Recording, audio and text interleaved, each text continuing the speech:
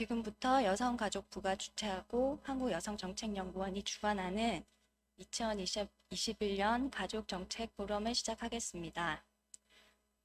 안녕하십니까. 저는 개회식 사회를 맡은 한국여성정책연구원 일과생애연구본부 연구원 최진희입니다.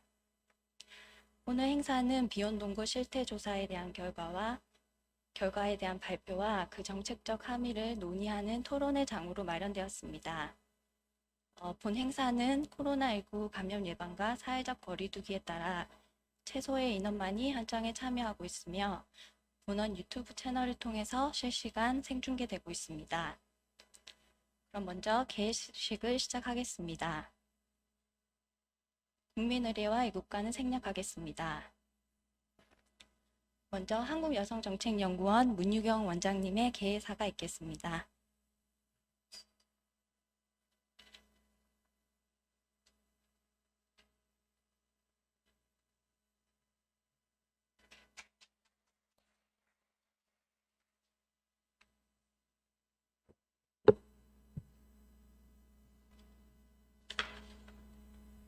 안녕하십니까. 한국여성정책연구원 원장 문유경입니다. 먼저 바쁘신 와중에도 여성가족부가 주최하고 한국여성정책연구원이 주관하는 2021년 가족정책 포럼에 함께해 주신 여러분께 감사드립니다.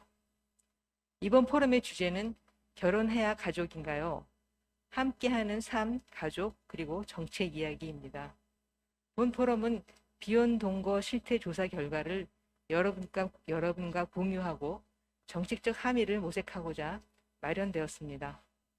현재 우리 사회의 가족은 급속하게 변화하고 있습니다. 저출산 고령화는 이제 전 세계적으로 하나의 흐름이 되었습니다. 그리고 이에 대한 정책적 대응은 중요한 국가 과제가 되고 있습니다. 가족의 구성 또한 유형이 다양해지고 있습니다. 지금까지 전형적으로 여겨지던 가족 구성의 비중은 감소하고 1인 가구의 비중이 크게 증가하고 있습니다. 이러한 변화의 배경에는 결혼이나 가족에 대한 사회적 인식의 변화가 존재합니다. 가족 관계에 있어 혈연이나 법적 관계를 넘어 정서적 유대감이 중요하게 인식되는 변화도 일부 나타나고 있습니다. 비혼 동거도 인식의 변화와 맞물려 다양한 가족 형태의 하나로 자리 잡고 있습니다. 이에 따라 다양한 가족 생활의 방식과 가치관에 대한 국민 수용도도 높아지고 있습니다. 하지만 여전히 법은 변화하는 현실과는 다소 간극이 있는 것이 사실입니다. 오늘 결과가 발표되는 비혼동거 실태조사는 중앙정부 차원에서 처음 실시된 조사입니다. 조사 결과를 통해 비혼동거라는 삶의 방식에 대한 국민의 긍정적 인식을 엿볼 수 있었습니다. 그러나 부정적 시선과 불이익 또한 공존하고 있음을 확인할 수 있습니다. 제가 개인적으로 제 주위를 둘러봐도 사실 지금 결혼과 동거랄까요? 이게 꼭 옛날처럼 이렇게 전형적으로 되지는 않는 것 같습니다.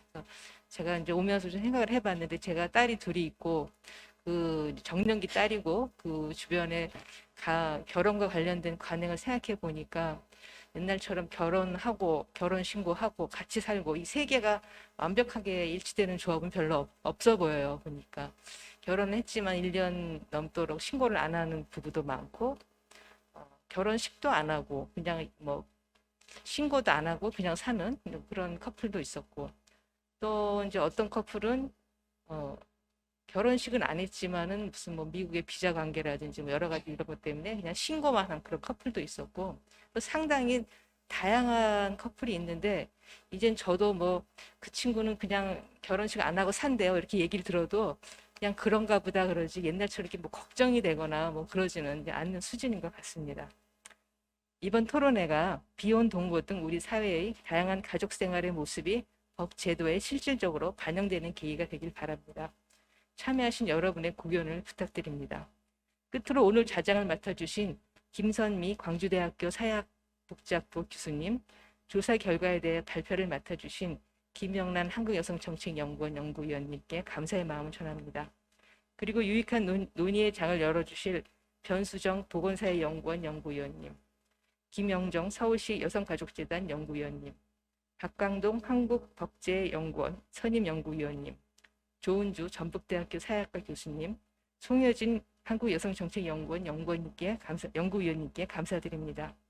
참여해주신 여러분 하시는 일에 모든 일에 건승을 기원합니다. 감사합니다.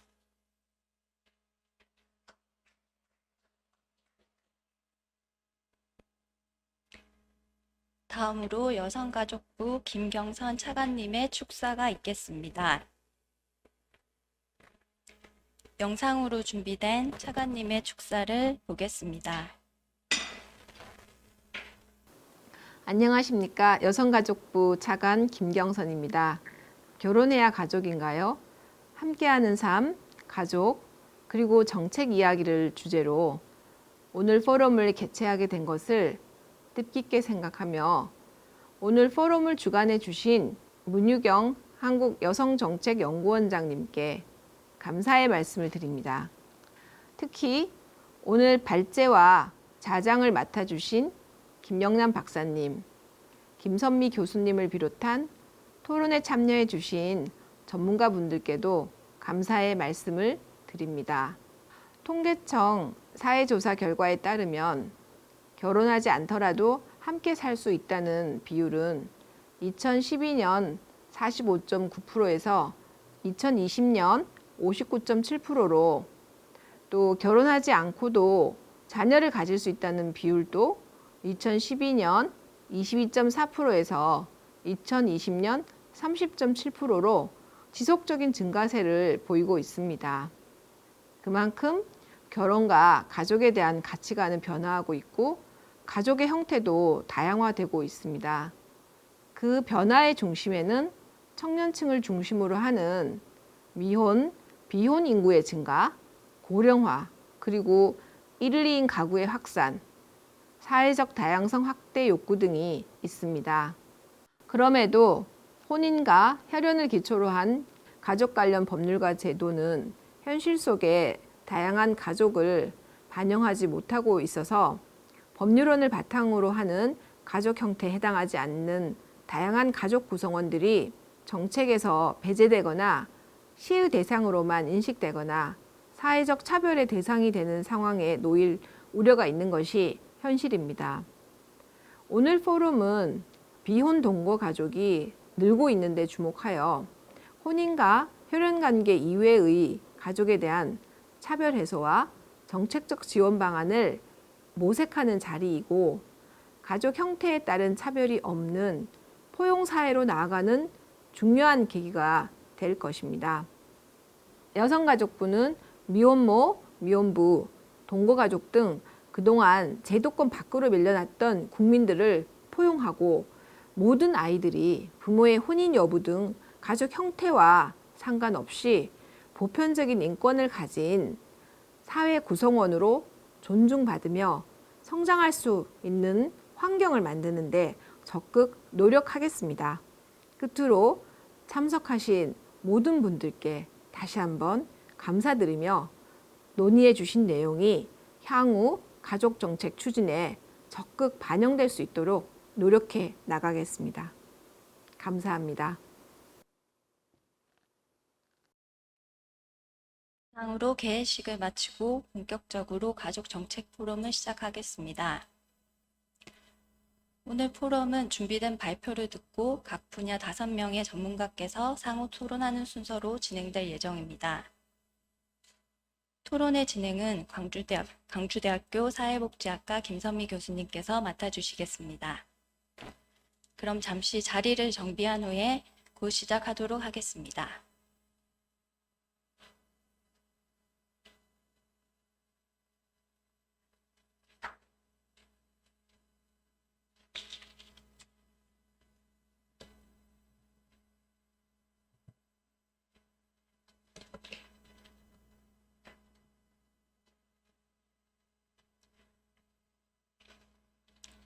이제 발표와 함께 가족 정책 포럼을 시작하겠습니다. 발표는 한국여성정책연구원 김영란 연구위원님께서 비혼 동거 실태 조사 결과와 정책적 함의라는 제목으로 준비해 주셨습니다. 그럼 연구위원님께 발표 부탁드리겠습니다.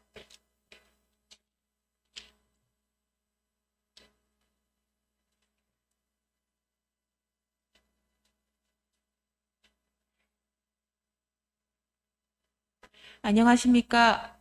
방금 소개받은 한국여성정책연구원 김영란입니다.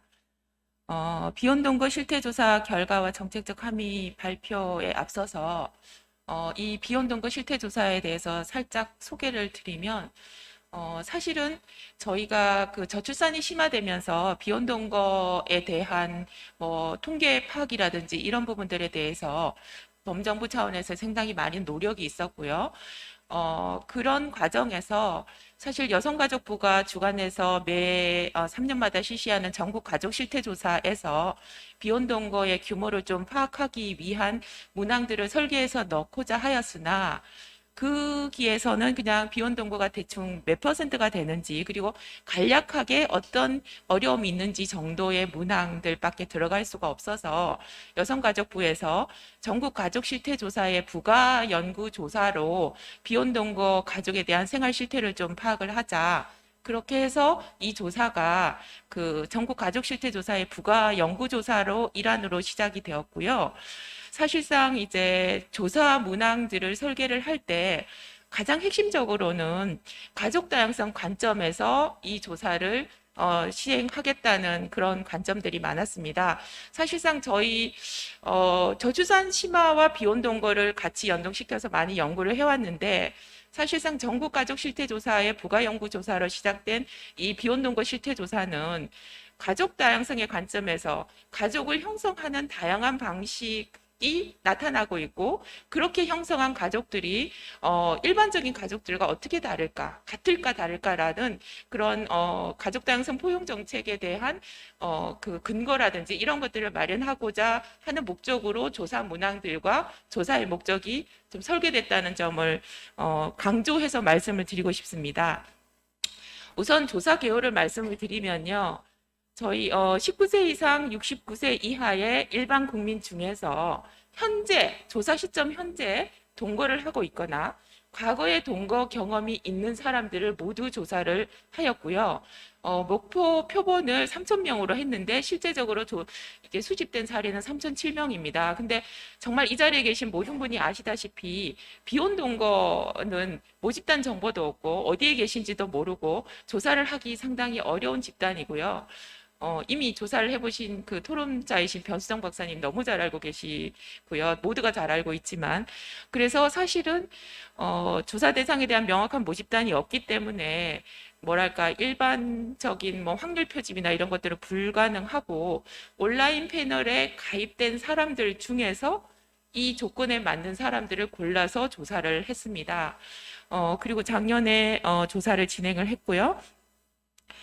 그래서 조사 내용을 보시면 저희가 아까 가장 핵심적인 목적으로 가족 다양성의 관점에서 비혼동거 가족을 조사하고 어떻게 정책적인 대안을 마련하는가가 핵심이었기 때문에 동거 생활에 대한 부분들, 파트너 관계가 어떻게 다른가, 그리고 자녀 관계는 어떻게 다른가, 경제적인 생활은 어떻게 하는가, 그리고 전국 가족 실태 조사에 항상 조사가 되고 있는 가족에 대한 인식과 태도가 어떻게 다른가 이런 부분들을 파악하기 위해서 전국 가족 실태 조사에 있는 문항들을 똑같이 사용한 부분들이 일부분 있습니다. 그래서 조사 내용은 이렇게 구성이 되어 있고요. 응답자를 보시면 사실 저희가 응답 대상자 선정 기준을 마련하는 데 상당히 많은 애로가 있었습니다. 처음에는 동거 기간이 3개월 미만으로 3개월 미만은 포함해야 되느냐 마느냐, 조사 시점에 동거한 지 하루가 된 사람을 넣어야 되느냐 마느냐. 그러니까 지금 현재 비혼동거에 대한 법적인 그런 제도적인 마련에서 논쟁이 되는 이런 부분들에 대해서 저희가 상당히 많은 디베이트를 했고요. 그렇지만 가족 다양성 관점에서 볼 때 실질적으로 본인들이 배우자라고 생각하는 것들이 있기 때문에 어떤 뭐 기간, 동거 기간이 얼마나 되느냐라든지 그런 세부적인 기준은 두지 않고 조사 시점 현재 법적으로 혼인하지 않고 남녀가 동거하고 있는 사람이면 조사 대상에 넣는 걸로 했고 그리고 과거에 동거한 경험이 있는 사람들 넣는 걸로 해서 전체적으로 3,007명이 사례가 수집이 됐고 이 중에서 현재 동거하고 있는 사람은 1022명이고요. 과거에 동거 경험이 있는 사람은 2383명인데 현재 동거자 중에서 과거에 동거 경험이 있었던 사람들은 양쪽에 같이 카운트가 되는 집단이었습니다. 그래서 이들의 특성을 보면 일단 남성이 좀 60% 정도로 조금 더 있고요. 연령은 30대가 가장 많고요. 교육 수준은 아무래도 온라인 패널에서 나왔기 때문에 조금 높은 상황을 보이고 있습니다. 그리고 이제 다음부터는 이제 동거생활 실태라든지 자녀관계라든지 대해서 제가 발표를 할 텐데요. 이 문항은 저희가 보고서에는 과거의 동거 경험이 있는 경우에 과거 동거 생활에 대해서도 조사를 해서 분석 결과가 있습니다만은 이번에 발표하는 경우는 현재 동거하는 1022명이 응답한 내용을 중심으로 발표를 드리겠습니다. 그러니까 동거 사유를 보면 저희가 1, 2, 3순위를 응답하게 했는데 중복 응답을 보시면 정말 제일 많은 게 별다른 이유 없이 자연스럽게 곧 결혼할 것이라서, 그리고 아직 나이가 일어서, 그리고 집이 마련되지 않아서는 25.6%로 나왔습니다. 근데 이 중에서 20대 같은 경우에 20대나 30대, 40대, 50대 다 자연스럽게가 가장 많았는데요. 그 두 번째 사유나 세 번째 사유를 보면 20대는 약간 결혼하기에 이르다, 30대는 집이 없어서, 40대와 50대는 형식적인 결혼 제도에 얽매이기 싫어서. 그래서 사실 중장년 이후에 비혼 동거를 하는 사람들도 꽤 많은데 이런 경우에는 약간의 법률론의 무거움 때문에 그냥 비혼 동거를 선택하는 걸로 알 수 있고요. 요거를 성별 연령별로 조금 구분해서 보면 남성 20대와 30대 같은 경우 여전히 별다른 이유 없이 자연스럽게가 많지만 그리고 여전히 20대는 나이 때문에 있는 것이 많지만 남성 같은 경우에는 세 번째로 나오는 것이 소득 문제가, 소득이 좀 적어서가 있고요. 근데 여성의 경우에는 30대를 보시면 여성 30대는 사실은 그 약간 결혼과 앞으로 비혼으로 갈 건지 이렇게 고민하는 사람들이 많이 보이는 시기인데요. 결혼에 대한 확신이 서지 않아서 가 두 번째로 많고요. 형식적인 결혼 제도에 매이기 싫어서, 그 다음에 집이 마련되지 않아서 이런데, 살짝 우리 사회에서 그 비혼을 선택하는 경향이 여성들이 훨씬 많고 여성들이 좀 더 남성과 다른 이유로 비혼을 선택하거나 비혼 동거를 선택하는 경향이 있음을 좀 확인할 수 있었습니다. 그리고 동거의 긍정적인 면에 대해서 저희가 물어봤는데요. 대부분의 항목에 대해서, 그러니까 동거의 긍정적인 면은 저희가 이제 조사 문항을 설계하면서 저희가 막 뽑아낸 건데, 주거 생활비 공동 부담하니까 생활 경제적 부담이 적었다, 또는 안정감을 느꼈다, 또는 명절과 가족 행사에서 의무감이 좀 적었다, 그리고 자녀를 낳아야 하는 부담감을 느끼지 않았다, 그리고 또 동거는 상대와 집안일을 명확하게 구분해서 분담할 수 있다, 각자의 독립성을 존중한다, 그리고 헤어지기 위한 법적 절차가 필요 없다, 그리고 상대에 대해서 파악을 해서 그 이후에 결혼으로 갈 건지, 이런 문항들을 저희가 약간 긍정적인 면으로 저희가 설계를 해서 물어봤는데 이 문항에 대해서 대부분이 동의를 했습니다. 거의 그 정서적 유대감과 안정감이라든지 상대에 대한 파악을 먼저 함으로써 결혼 여부에 도움이 된다는 것은 거의 85% 이상이고요. 그 다음에 각자의 독립적인 생활이 존중된다. 그리고 그 집안일의 구분을 훨씬 더 잘 할 수 있다. 이런 것들도 거의 60% 이상이었고요. 성별로 보면 특히 남녀가 극명하게 차이를 보이는 부분이 그 명절과 가족 행사 부분입니다. 그러니까 그 법률은 제도에 들어갔을 때 가족 관계에 대한 의무감, 부담감이 많다는 건 저희가 알고 있는 사실인데, 남성은 그 여성이 훨씬 더 동의도가 높은 거죠. 특히 매우 그렇다. 그러니까 대체로 그렇다와 매우 그렇다를 합치면 비슷한 수준이지만 매우 그렇다고 강하게 긍정하는 부분에 있어서 남녀 간의 차이가 굉장히 컸었습니다. 그리고 자녀를 낳아야 한다는 부담감 부분에도 그렇고요. 그래서 약간 여성들의 경우에는 비혼 동거를 선택하는 것이 그 가족 법률론에 의한 가족 형성 시에 따라오게 되는 가족 관계에 대한 의무나 자녀 출산에 대한 의무로부터 약간 자유로 부담 때문에 선택하는 게 아닌가 하고 유추해 볼 수 있고요. 그 다음에 동거로 인한 불편함 경험은 이제 아까 말씀드렸다시피 저희가 가족 실태 조사와 동일하게 문항을 설계한 게 있는데요. 이 부분이 가족 실태, 전국 가족 실태 조사에도 동일하게 들어가 있는데, 각각의 제도를 이용하는데 어려움을 겪은 적이 있다. 이런 것이 그 저희 쪽이 조금 더 비혼 동거를 직접 하고 있는, 그러니까 전국 가족 실태 조사에서도 비혼 동거를 법률론을 하지 않은 사람들에게 이 문항을 물어봤는데, 전국 가족 실태 조사에 같은 응답자보다는 훨씬 더 이런 불편한 경험이 조금 더 비율이 높게 나타났습니다. 그리고 동거 생활에 대해서 굉장히 구체적인 거, 어떤 혜택을 못 받는다 해서도 대부분 60% 정도가 그렇다. 결국 동거를 하면서 실질적으로 부양과 돌봄을 하고 있는 배우자로서나 가족으로서의 그 생활은 실질적으로 가족이지만 약간 그런 지위를 어떤 제도를 이용한다거나 수혜를 받을 때 받지 못하고 있는 문제가 여전히 있다라는 게 확인되었고요. 그 다음에 이제 동거에 대해서 주변에 알리느냐 보면 부모들에게는 조금 알리지만 자녀에게는 조금 덜 알리는 경향이 있고 경제생활 관리를 보면 공동으로 협의가 훨씬 더 많습니다. 그리고 파트너와의 관계를 보면은요, 만족하는 비율이 63%, 남성이 64.2, 여성이 61.7%인데요. 이거를 전국 가족 실태 조사에 나온 부부 관계, 배우자 관계랑 비교를 해보면 전국 가족 실태 조사에서는 남녀 간 만족도 차이가 조금 큰데요.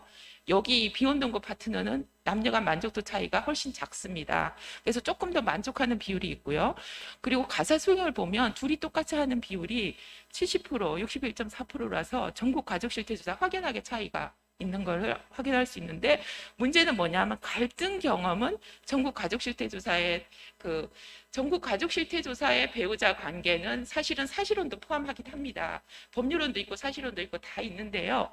일단 파트너와의 갈등 경험이나 헤어진 고민은 전국 가족 실태 조사보다는 조금 높게 나타나서 약간의 좀 불안정한 관계에 있지 않은가, 그리고 헤어짐이 쉽기 때문에 이런 응답이 나왔을까, 이런 생각을 해보게 되었습니다.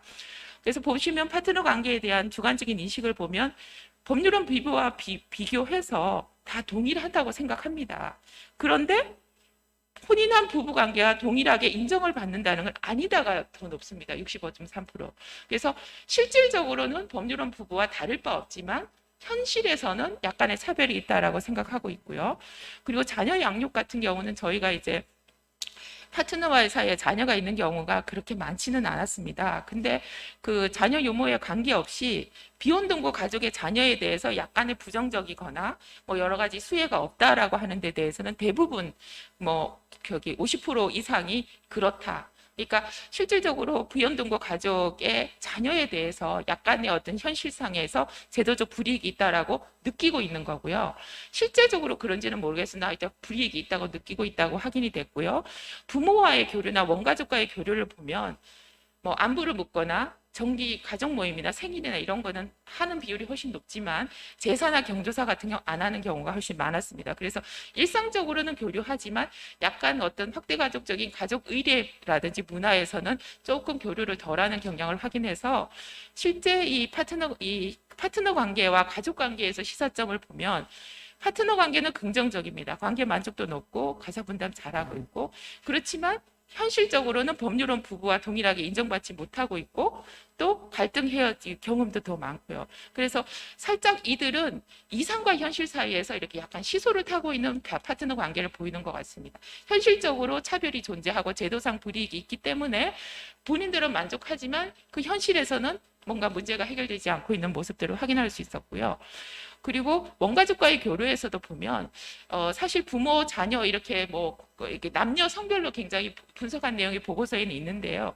남성들이 응답했을 때는 조금 더 교류가 많아요. 그러니까 결국은 비혼동거 가족도 약간 자연스럽게, 그리고 조금 파트너 관계는 대등하고 평등하지만 확대 가족 문화 안에서 남녀로 부부처럼 보일 때는 결국은 우리 사회의 어떤 남성 중심적인 가족 문화에서 남녀가 자유롭지 못하는, 그러니까 둘 사이의 관계는 자유롭지만 가족들과 학대 가족과 어울렸을 때는 조금 더 이런 우리 기본적인 우리 사회의 가부장적인 학대 가족적인 문화, 남성 중심 문화에서 살고 있다라는 걸 확인할 수 있었습니다.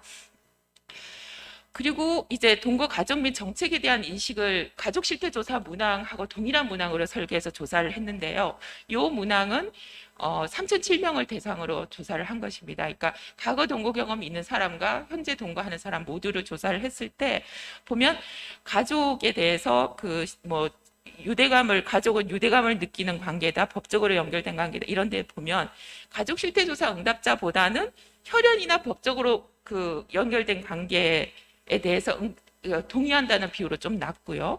그냥 서로 함께 주거하고 생활 공유하는 선택하고 구성할 수 있는 관계에 대한 응답 비율은 훨씬 더 높게 나타났고요. 그리고 가족 다양성에 대한 수용소를 보면 이혼 재혼, 비혼 동거, 비혼 출산, 뭐 비혼 독신 등등에 대해서 전국 가족 실태 조사의 가구원 응답자들과는 훨씬 동의 수준이 높아서 이 사람들은 비혼 동거를 선택해서 사는 사람들은 새로운 어떤 다양한 가족의 삶의 방식에 대해서 훨씬 더 수용적인 생각을 갖고 있다라는 걸 확인할 수 있었습니다. 그 다음에 가족 의례와 문화에 대한 인식도 보시면 저희가 이제 가족 실태 조사 안에 결혼식을 결혼 당사자 중심으로 치르고 장례식도 가족 중심, 제사를 지내지 않거나 가부장적인 가족 호칭 개선, 뭐 부부가 각자 더 세게 이제 추석이 앞인데 명절을 각자 자기 집에서 보내는 것, 이런 것들에 대한 인식 문항이 있었는데요. 가족 실태 조사하고 볼 때 연령별 동의 패턴은 비슷하지만 뚜렷하게 비혼 동거 응답자가 훨씬 더 높게 나타나고 있습니다. 그러니까 이들이 그래서 약간 이 가족 의례 문화에 대한 인식들도 훨씬 우리 사회의 어떤 남성 중심적인 가부장적인 문화라든지 그리고 개인보다는 가족을 우선시하는 그런 문화에 대해서 조금 거부하거나 이런 생각을 갖고 있다는 걸 확인할 수 있었고요. 그리고 동거가족 지원 정책의 필요성에 대해서는 보면 그 동의하는 비율인데요. 수술 동의서라든지 이럴 때 동거인도 법적인 배우자가 동일하게 해달라 65.4%고요. 동거관계에서 출생한 자녀에 대해서 법률혼 부부에서 출생한 자녀와 동일하게 부모로서의 어떤 지위를 갖도록 해달라는 데 대해서도 60%가 동의하고 있고요. 전체적으로 이 각각의 정책에 대해서 좀 동의 비율이 50% 가까이 나오는데 상속과 유족연금에서는 조금 순서가 비율이 낮아서 43.2%만 동의를 하고 있습니다. 그래서 이러한 가족에 대한 인식과 태도 그리고 지원 정책에 대한 인식에서 저희가 확인할 수 있었던 점은 이들 새로운 삶의 방식, 새로운 가족 생활 방식이라든지 가족 가치관 이런 데 대해서 훨씬 전국 가족 실태 조사의 일반 국민 응답자보다 비혼 동거 가족이 훨씬 더 수용적이다. 그러니까 뭐 가족은 새롭게 내가 구성할 수 있다 이런 것들에 대해서 훨씬 더 동의 정도가 높은 거죠. 그래서 가족 의례와 문화에 대해서도 훨씬 더 수용적이고요. 그러나 문제는 결국 이제 현재 동거하고 있는 커플들이 동거 관계는 결혼한 법률혼의 부부와 동일하게 어떤 실질적으로는 그런 관계를 갖고 있다고 생각하고 있고 특히 여성이나 30대 이하 교육 수준이 높은 집단을 중심으로 동거 관계에 대해서는 긍정적인 인식이 높은데 이들도 알고 있는 거예요. 동거에 대해서 사회적으로 편견이 있고 법적으로 제도적으로 약간의 불이익들이 있고 그런 점에 대해서 이들도 알고 있는 것 같습니다. 그래서 사실은 이제 이들이 이렇게 생활을 하고 있지만 약간의 다른 점들이 자기들 생활에서 왔다 갔다 하는 그래서 자녀가 있는 비율이 좀 낮은 것들은 아마 실질적으로 자녀를 안 낳기를 선택하기 때문에 비혼 동거를 하는 거꾸로 된 인과관계가 있을 수도 있고요. 그래서 약간 이들이 이렇게 선택해서 살지만 그리고 사유 자체도 거창한 이유가 없이 별다른 이유 없이 자연스럽게 살게 되었다. 이런 게 많긴 하지만 약간의 어떤 현실과 이상 사이에서 왔다 갔다 하고 있는 모습을 확인할 수 있어서 제도적인 불이익이 아마 개선이 되면 이러한 이들의 자기 현실과 이상의 괴리 이런 것들은 좀 사라지지 않을까. 그래서 각종 정책이 필요한데 여기서 또 보면 비혼 동거 가족들도 뭐랄까요? 비혼 동거 관계에서도 가족에 대해서 의무감이나 책임감, 돌봄을 해야 되는 이런 것들이 있어서 이들에 대해서도 어떤 부담과 부양에 대한 지원들이 필요하고요. 근데 사실상 저희가 조사한 게 20대부터 60대까지 다 있고 40, 50대 중장년도 있는데 물론 숫자의 비율은 적지만 성별이나 연령별로 의식이나 욕구가 달라서 단일하게 접근하지 말고 다양한 어떤 연령층에 따른 정책들을 해야 될 것 같습니다. 그리고 마지막으로 저희가 비혼 동거 가족 실태 조사를 하면서 비혼 동거에 대한 일반 국민들은 어떻게 생각할까를 한번 해봤는데요. 1000명 정도를 전화 조사를 했습니다. 근데 제가 이제 이때 설득하게 비혼 동거라고 했을 때 사람들이 어떻게 생각할까 해서 제일 먼저 이미지 동거라는 말을 들었을 때 누구를 떠올리느냐. 대체로 20, 30대 청년들을 떠올립니다. 근데 실제적으로 우리가 비혼동거 하고 있는 사람들을 보면 40, 50대 중년들도 많고요. 그리고 실질적으로 그들 같은 경우는 정말 법률론으로 이어지지 않죠. 20, 30대는 법률론으로 이어질 가능성이 그래도 있지만, 그래서 다시 한번 그러면 어떤 사람들의 동거에 대해서는 긍정적이냐? 그래서 물어봤는데 지금 여기 나온 비율은 부정적이라는 이미지에 부정적이다. 5점 척도로 봤을 때 4.5점이 부정적인데요. 부정적이라는 것의 퍼센티지입니다. 제가 마지막 문장은 약간 오류인데요. 그러니까 부정적인 인식을 갖고 있는 연령대의 커플은 청년 커플의 동거입니다. 황혼 재혼 커플의 동거에 대해서는 13.4%만 부정적으로 갖고 있는 거예요. 그러니까 저희가 우리 사회에서 갖고 있는 동거라는 것이 실질적으로 연령대별로 얼마나 다르고 이미지도 얼마나 다른가 이런 것들을 좀 확인할 수 있었습니다. 그리고 사실은 황혼 노년기 커플에 대해서는 자녀들이 아마 법률론을 좀 반대하는 경향들이 있는 걸 저희가 잘 알고 있잖아요. 이런 것들 때문에 그들은 그냥 그 나이에 무슨 법률론까지, 재산 상속도 복잡한데. 근데 이제 청년 커플에 대해서는 비혼 동거하면 뭐 아니라는 사람들도 있지만 그래도 좀 걱정하는 그런 분위기가 있는 것 같습니다. 그래서 굉장히 우리 사회에서 동거에 대해서 여러 가지 다른 부분들이 있다는 걸 확인했고, 그러나 비혼 동거 가족 지원을 위한 법제도적인 개선에 대한 것들을 보시면 이 다양한 것들에 대해서 대부분 좀 동의도가 높고요. 다만 이제 상속과 유족연금에서 법적 배우자가 동일하게 하는 거에 대해서는 43.4%, 그러니까 1대1 정도가 찬성과 반대를 해서 조금 다르게 나타났다는 점을 말씀드리고 싶습니다. 이상해서 제가 이제 비혼동거 가족 실태조사 결과를 간략하게 발표했고요. 많은 토론 기대하겠습니다. 감사합니다.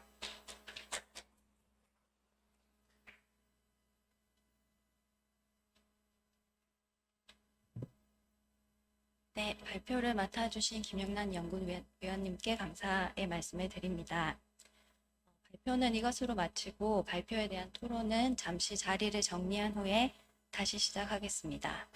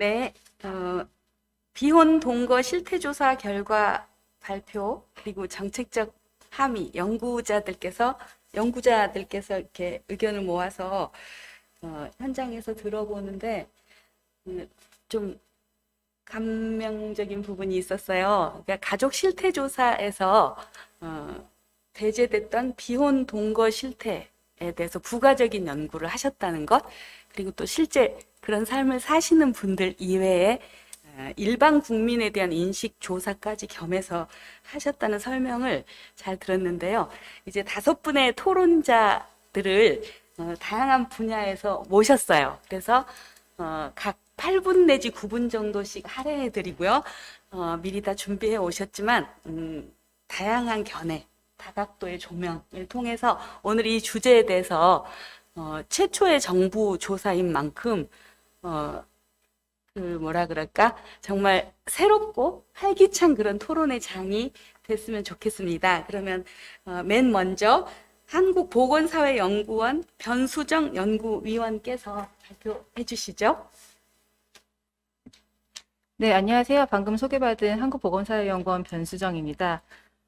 오늘 우선 이런 의미 있는 조사 결과 공유하는 자리에 초대해 주셔서 감사드리고, 이후 토론에서 아마 이 내용과 관련해서는 굉장히 많은 논의가 있을 것으로 예상이 됩니다.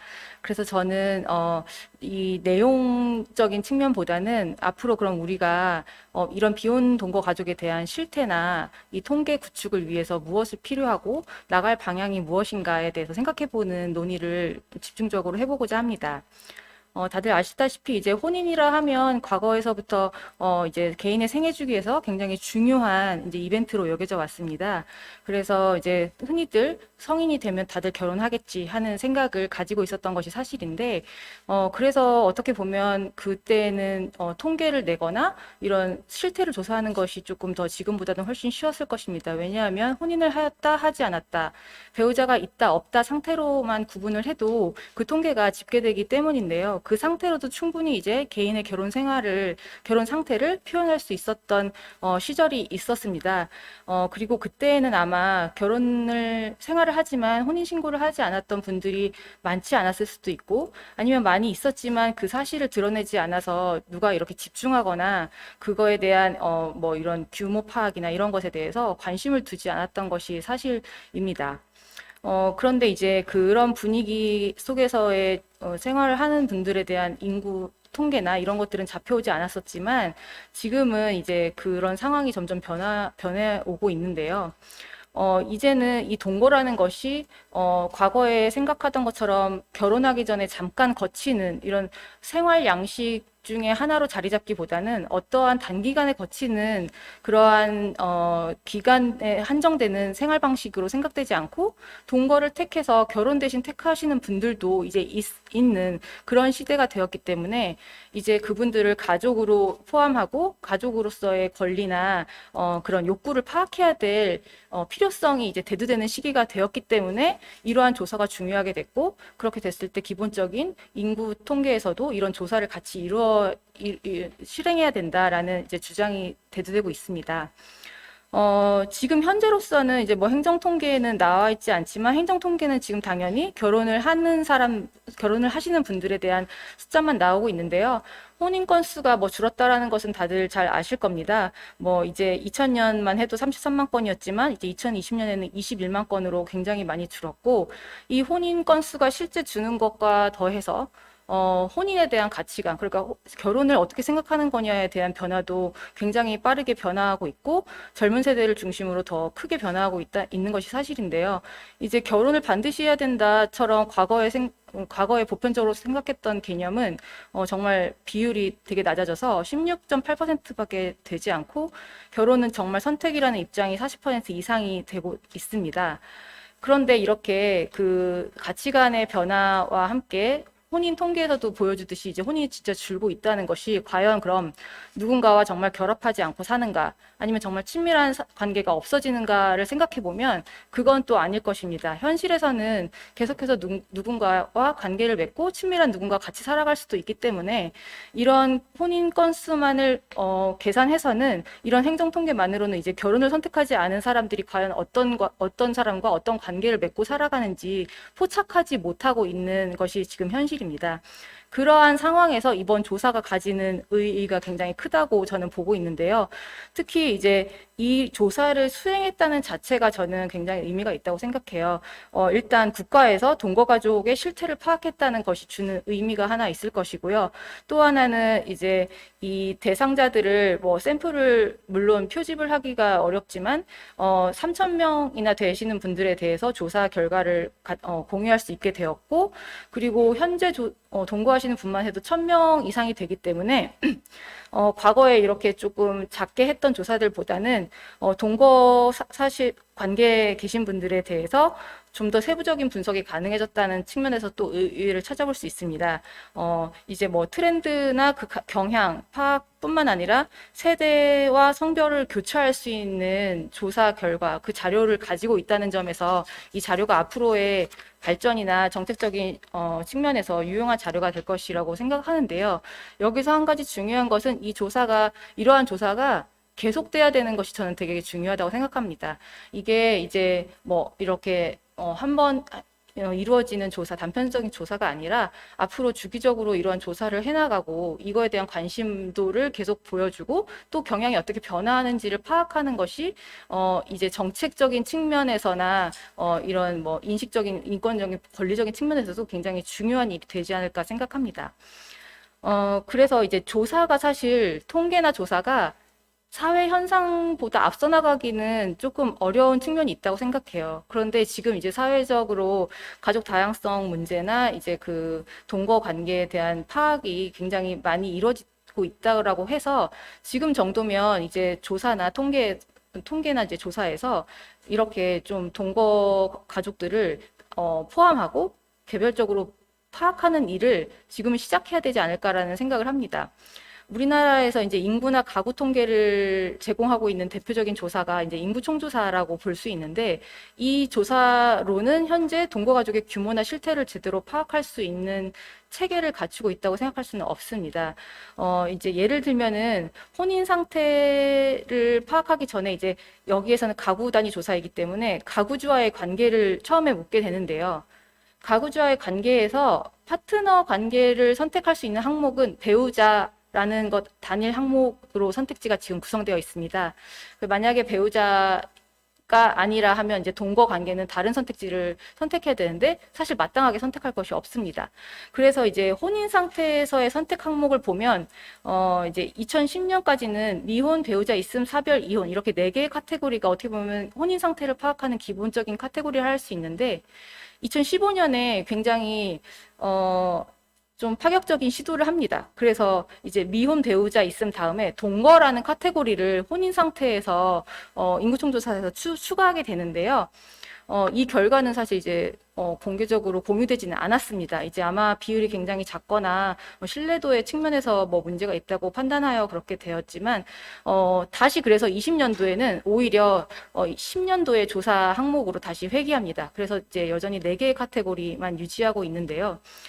이거는 이제 행정통계를 만들기 위한 것이니까 우리나라는 아직 법적인 혼인이 아닌 분들의 다른 등록이 없기 때문에 이것을 이제 여러 가지로 파악할 방법을 이렇게 시도를 했다라는 것을 보여주는 사례로만 남아있지, 그 통계를 체계적으로 구축하는 그 단계를 만들지는 못했습니다. 그래서 이제 아까 말씀하신 대로 가족 실태 조사나 다른 대규모 전국 단위 조사에서 그 안에서 그냥 이제 가구 조사인 대부분 가구 조사인데 거기 안에서 이제 그 혼인 상태나 혼인 신고하지 않았느냐 뭐 이런 것들을 물어서 지금은 대략적으로 뭐 우리 그 정도의 파악을 하고 있는 게 이제 수준인데요. 이제 그런 그 그 전국 단위 조사에서도 혼인 상태에 대한 질문이 굉장히 여러 번 변경이 되는 것을 볼 수 있습니다. 토론문을 다 가지고 계실지는 모르겠지만 23페이지를 봐주시면 이제 사회조사 같은 경우를 제가 한번 검토해 보았는데 2004년까지는 아까 말씀드린 대로 4개의 혼인 상태, 미혼, 배우자 있음, 사별, 이혼 이 4가지로 구성해서 하고 있지만 2006년에 배우자 있음이라고 응답한 사람에게는 혼인신고를 하였는지에 대한 추가 질문을 하기 시작합니다. 그렇게 되면 이제 혼인신고를 하지 않았다고 하면 동거인 상태를 파악할 수 있다라는 그런 가정으로 이렇게 시작했을 텐데요.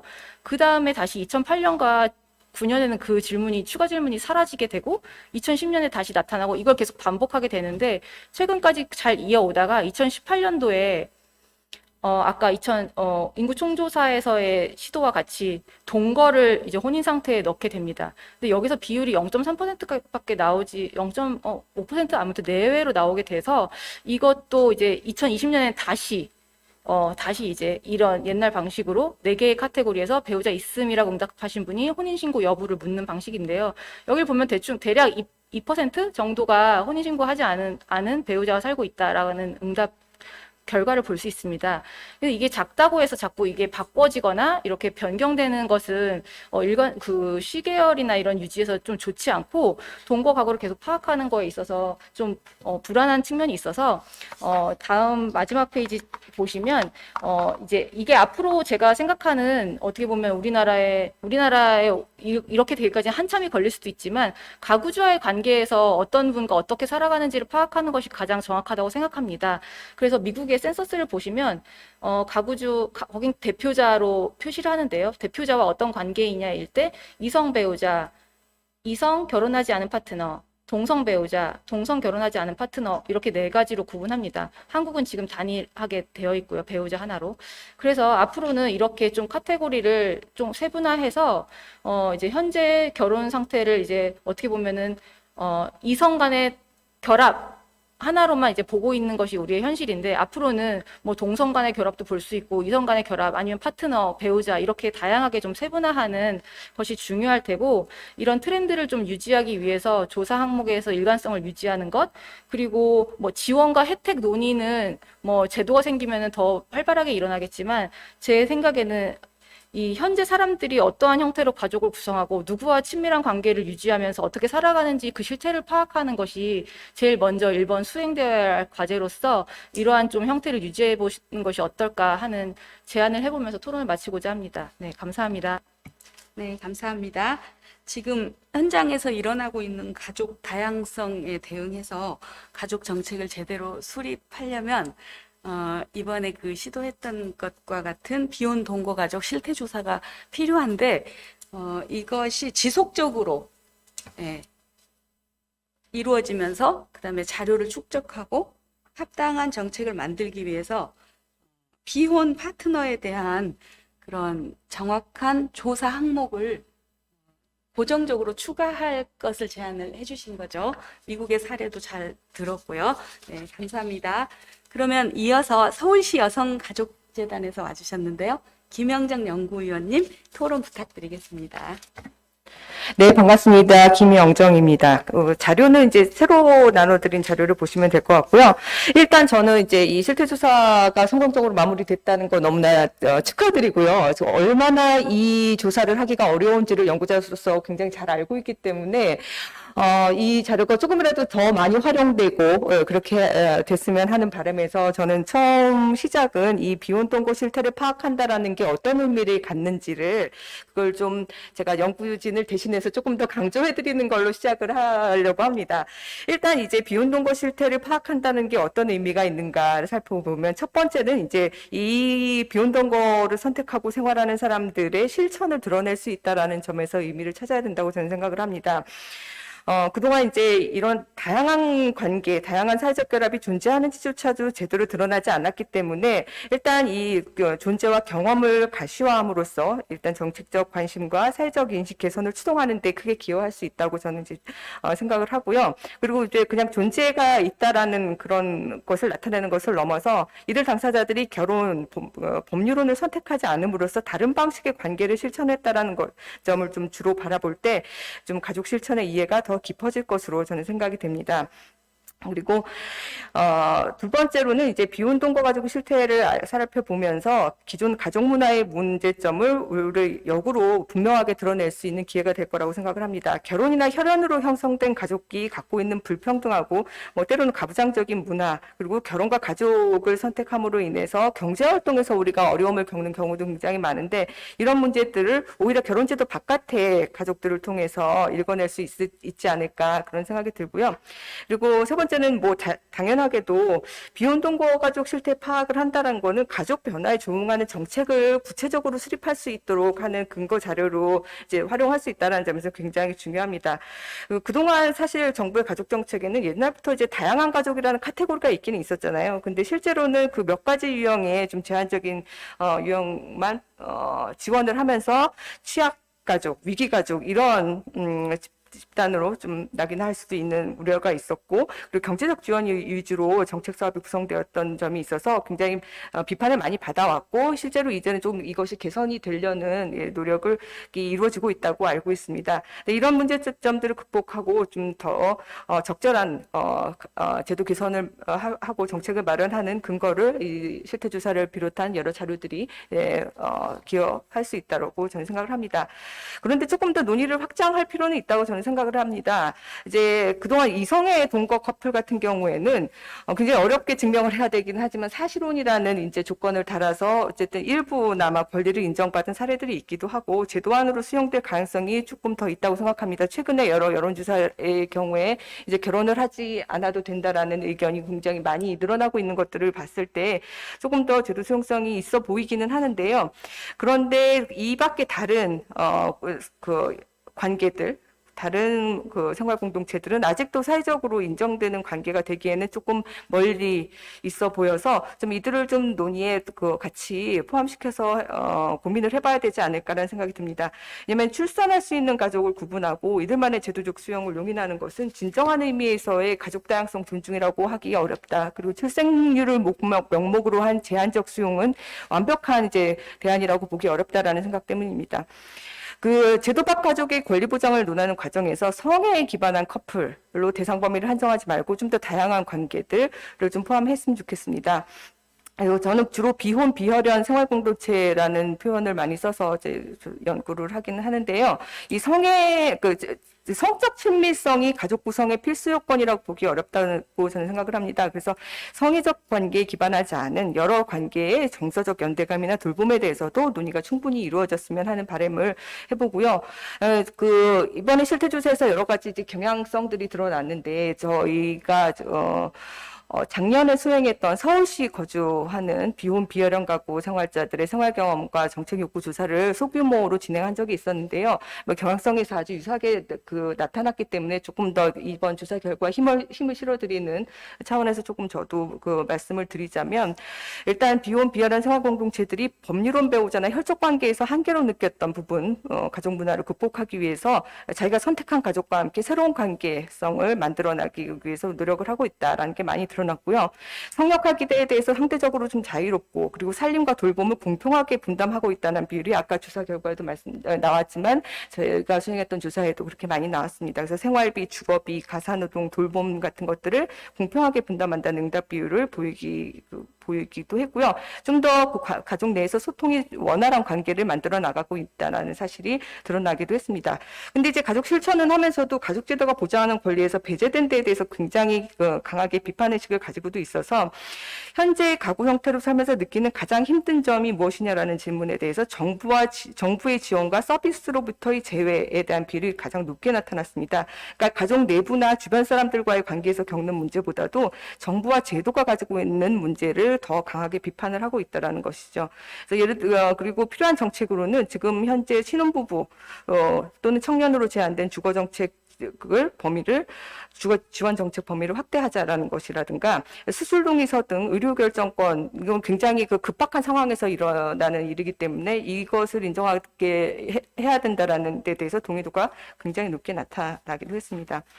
이제 뭐 그 조사도 하고 여러 뭐 가족은 변하고 있다, 가족 인식도 변하고 있다 이런 얘기들을 많이 이제 하고는 있는데 그렇다면 이제 제도가 변화해야 되고 정책이 많이 수립이 돼야 되는 거잖아요. 그래서 저는 좀 이제 제도 개선을 위해서는 한 가지는 이제 뒤에서도 말씀해 주시겠지만 뭐 민법을 비롯해서 법률 재개정의 문제라든가 새로운 뭐 법을 제도를 도입하는 문제, 예를 들면 생활동반자 제도라든지, 그리고 지금 뭐 노력하고 있는 차별금지법이 제정되면 또 가족 상황에 의한 차별도 해소가 될 수 있는 근거가 되니까 이런 것들을 이제 제도 기반 마련하는 측면에서도 노력을 하면서 그것과 함께 병행해야 되는 여러 가지 또 소소한 그 사업들이 추진이 돼야 될 것 같다는 생각이 들어요. 그래서 첫째 이제 돌봄의 권리 보장을 위해서는 생활동반자들의 의료보호자 자격 인정이라든가 장래 권리 인정, 뒤에서 좀 더 자세하게 말씀해 주시겠지만 연고자의 기준을 확대한다든지 사전에 지정할 수 있도록 하는 제도로 도입하는 것. 그다음에 경제적 권리 보장을 위해서는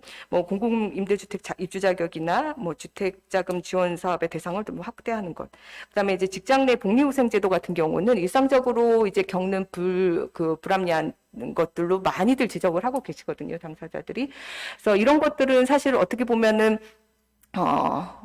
법이 바뀌기 전이라도 실천할 수 있는 것들이 얼마든지 있습니다. 예를 들면 직장 내 복리후생제도 같은 경우에는 아주 기본적인 몇 가지 법으로 정해져서 이거 이상을 하지 않으면 안 된다라는 거, 뭐 육아휴직이라든가 출산휴가라든가 이런 몇 가지를 제외하고는 사실은 직장 내에서 취업 규칙이나 단체 협약을 통해서 얼마든지 바꿀 수도 있는 것이기 때문에 이런 것들에 대해서 가족의 범위를 좀 더 확장해서 바꿀 수 있는 이런 노력들은 지금이라도 시작을 할 수 있으니까 좀 추동을 했으면 좋겠다라는 생각이 들고요. 무엇보다도 인식 개선을 위해서 뭐 이번 실태 조사를 비롯해서 기초 자료가 다양하게 구축이 돼야 된다는 것. 그다음에 여전히 교육 프로그램이라든가 미디어에서 그 가족의 통념을 계속해서 고착화하지 않을 수 있도록 모니터링이라든지 시민 교육들이 반드시 이제 시작이 됐으면 좋겠다라고 이제 말씀드리고 싶습니다. 시간을 많이 못 드려서 급하게 말씀해 주셨는데도 중요한 말씀들이 다 잘 저희에게 전달이 됐는데요. 그러니까 정말 연구자분들이 너무 많이 기다리셨던 것 같아요, 이 조사에 대해서. 그래서 위원님께서도 이 조사의 의미를 다시 한번 3가지로 강조해 주시고 이제 이 연장선상에서 비혼, 비혈연, 사회적 공동체까지 논의가 확장될 것을 강조를 해주셨고요. 그리고 이제 그 3가지 정책 과제, 돌봄의 권리, 경제적 권리뿐 아니라 인식 개선, 이 범주에 각각에 해당하는 것들을 다 포괄하셔가지고 잘 제시해 주셨습니다. 감사드리고요. 그 다음 토론 3번째인데요. 한국법제연구원에서 와주셨네요. 박광동 선임연구위원님. 토론 부탁드립니다. 예, 안녕하십니까. 한국법제연구원의 박광동이라고 합니다. 이번 비혼동거 실태조사 결과와 정책적 함의라는 부분에 관해서 이 실태조사는 실은 기존의 어떤 가치관에서 새로운 가치관의 전환 과정을 보여주는 거라고 볼 수 있을 것 같습니다. 이런 새로운 전환 과정이 되기 위해서는 어떤 다양한 논의의 장이 확대되겠죠. 그래서 아마도 계속적인 장이 확대될 것인데 기준을 좀 봐볼 필요성이 있습니다. 즉 기존의 가치관이 새로운 가치관으로 전환되고 있는 과정 중에선 어떤 기준으로 봐야지 제도적 구축을 할 수 있을 것인가와 관련된 부분을 볼 필요성이 있고요. 이와 관련돼서는 이제 저는 2가지 관점에서 좀 봐야 된다고 생각을 합니다. 일단은 포용이라는 관점이 하나가 있고요. 그 다음에 동행, 이건 아마 이제 연대라는 개념으로 포섭될 수도 있을 것 같습니다. 그래서 이 2가지 관점에서 좀 바라볼 필요성이 있고, 그렇다면 최소한 현재 우리나라 가족이라는 부분이 어떤 발전 형태를 가지고 있었느냐에 대해서 봐야지 해외 입법 사례 부분이 어떤 식으로 좀 적용될 수 있을 것인가를 볼 수 있을 것 같습니다. 일단 우리나라 이제 가족 제도와 관련된 부분에 있어서는 일단 제일 처음에는 가족 중심의 가족이었습니다. 그러다가 이제 시간이 지나면서 부부 중심의 가족이 됐고요. 그것이 이제 어느 정도 시간이 지난 다음에는 이제 자식을 중심으로 한 가족이 됐죠. 다음에 이제 최근 들어서 이제 이런 범주를 넘어서서 확대된 형태를 가지게 된 겁니다. 그래서 지금 말씀드렸던 뭐 어떤 연대라든가 공동체라든가 동행이라든가 이런 가족 범위의 확대 부분들이 이제 나타나게 됐습니다. 근데 문제는 뭐냐면 가족 범위가 확대됐음에도 불구하고 이것을 제도권 안으로 끌어들여야 된다라는 부분들이 이제 막 시작됐다는 거죠. 그럼 어떻게 이걸 제도권 안으로 끌어들일 것인가와 관련된 부분들을 좀 볼 필요성이 있고 거기에 첫 단계가 이제 해외 입법 사례다라고 볼 수 있을 것 같습니다. 그렇다면 현재 이러한 새로운 확대된 가족 형태의 다양성 부분에 관해서 정부의 노력이 없었느냐? 그렇진 않습니다. 예컨대 여성가족부가 제4차 건강가정 기본계획을 수립하면서 이게 굉장히 다양한 가족 다양성이라든가 이런 부분들을 포섭할 수 있는 여러 가지 정책들을 제시하고 있습니다.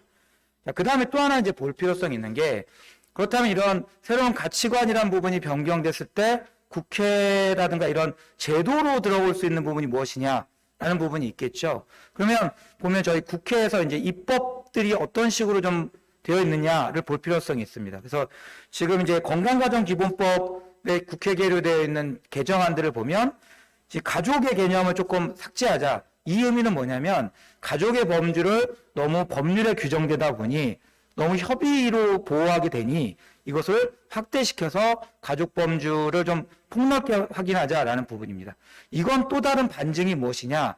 최근 들어서 우리나라 사회가 가족이라는 범주가 확대되고 있다는 것을 나타내는 것이고 이 실태조사와 일맥상통한다라고 볼 수 있을 것입니다. 자, 그렇다면 법률적 뿐만 아니라 그러면 기존의 어떤 제도적인 틀에 있어서는 어떤 판단을 할 수 있을 것이냐. 이와 관련돼서 이제 한 두 가지가 있습니다. 국가인권위원회에서 내린 판단이 하나가 있었고요. 헌법재판소에서도 결정을 하나 내린 게 있었습니다. 국가인권위원회에서 이제 건강가정기본법을 판단함에 있어서 어떻게 판단했냐면 법률에 이 혼인, 혈연, 입양에 기초한다라는 부분에 너무 한정적으로 보면 안 된다라는 것을 결정을 한 예가 있었고요. 헌법재판소에 있어서도 가족제도라는 것이 너무 전통이라는 개념을 우선하다 보니 개인의 어떤 행복이라든가 의사결정을 심해서는 안 된다라는 범주까지도 결정을 내려놨습니다. 결국은 무슨 말이냐? 제도적인 틀 안에서도 이 가족 범주를 확대시킬 수 있는 범주는 마련해 뒀다는 겁니다. 다만 이렇게 제도적인 어떤 판단에 있어서는 그런 부분을 확실히 뒀는데 그렇다면 지금 현재 우리나라 현행 제도와 관련돼서 이것을 포섭할 수 없느냐? 우리나라도 지금 사실혼 제도라든가 아니면 주민등록법상에 보면 동거인 개념이 있습니다. 그러면 그 범주 안에 이걸 다 포섭시킬 수 있느냐? 그것이 굉장히 어렵다는 겁니다. 왜냐? 그 요건들이 굉장히 좁게 되어 있기 때문에 지금 현행 여러 가지 형태의 가족이 포함될 수 있는 부분들의 입법화가 필요하다는 것이죠.